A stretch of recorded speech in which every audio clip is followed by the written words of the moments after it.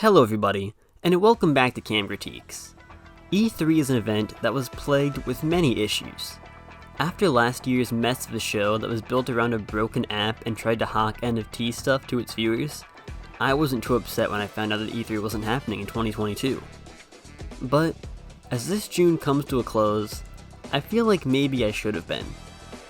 Instead of E3, we still got a wide variety of replacement shows throughout the month of June this year. Shows like Geoff Keighley's Summer Games Fest, the Capcom Showcase, and the Wholesome Direct. But these all had a wide variety of their own issues. Summer Games Fest, much like the Game Awards, just didn't have variety, and it had pretty abysmal pacing.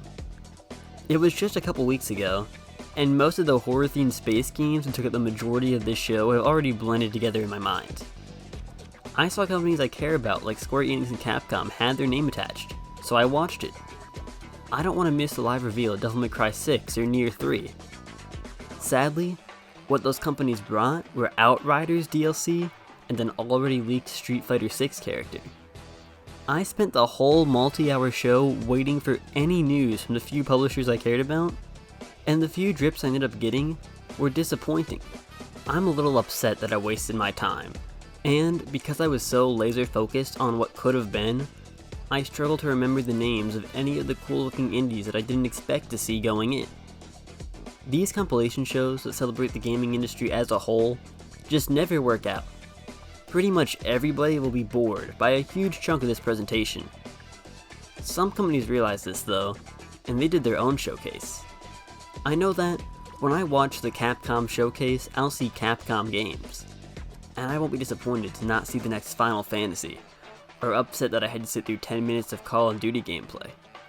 Still, Capcom Showcase was underwhelming because they tried to divvy out their reveals to everybody else. We saw the Street Fighter 6 gameplay reveal at Sony's show, we saw a character reveal at Geoff Keighley's, and then we got nothing new at Capcom's. Sony had the Resident Evil 4 remake, while Capcom only showed off Resident Evil 8 DLC. Capcom could have had a great show if they just did their own thing. But they didn't. Their big news took up small chunks of other worse showcases. So most of this Capcom show still felt like a waste of my time. And I'm going to be honest, I didn't even watch the Wholesome Direct. I watched the first one a couple years back and none of it stuck in my mind. I'm sure there's stuff that was there that I'll want to play, stuff that will be great. Looking back at the original Wholesome Direct, it had games like Unpacking and Chicory. But I didn't remember seeing them there, because grouping so many games together based on having the same aesthetic is not a good choice. Show me 50 different furry farming sims in an hour, and I won't remember the name of any of them. Some companies didn't even do showcases, at least not yet. Before E3 was cancelled, a Nintendo Direct was practically guaranteed for June 14th.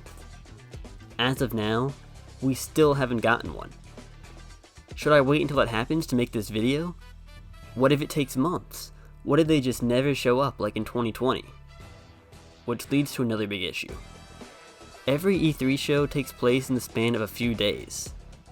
This June, it's already been a few weeks, almost a month, and I'm still not sure if the shows are over. It's hard to keep following this stuff as closely as I'd like to when, instead of setting aside a weekend, I have to set aside a quarter of a year. And it's hard to get excited to see, say, some Nintendo games, when I'm still not sure they'll ever show up. E3 had a ton of problems. The way they leaked so many attendees' personal information is terrible. Opening up to the public and making it a profit-focused convention was not the right call. But having 1 week where the entire world has its eyes on this industry is great. And having smaller shows separated by company ensures that you only have to watch what you really want to. I get that companies don't want to share the spotlight with their competitors when they make their big reveals.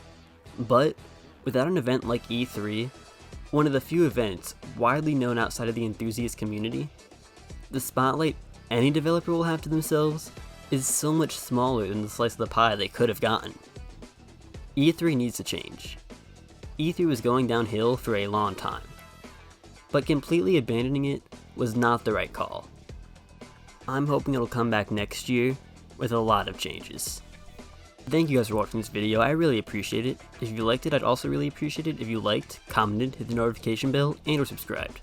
I'd also recommend you check out some of my other content, like my review of the new Mario Strikers game.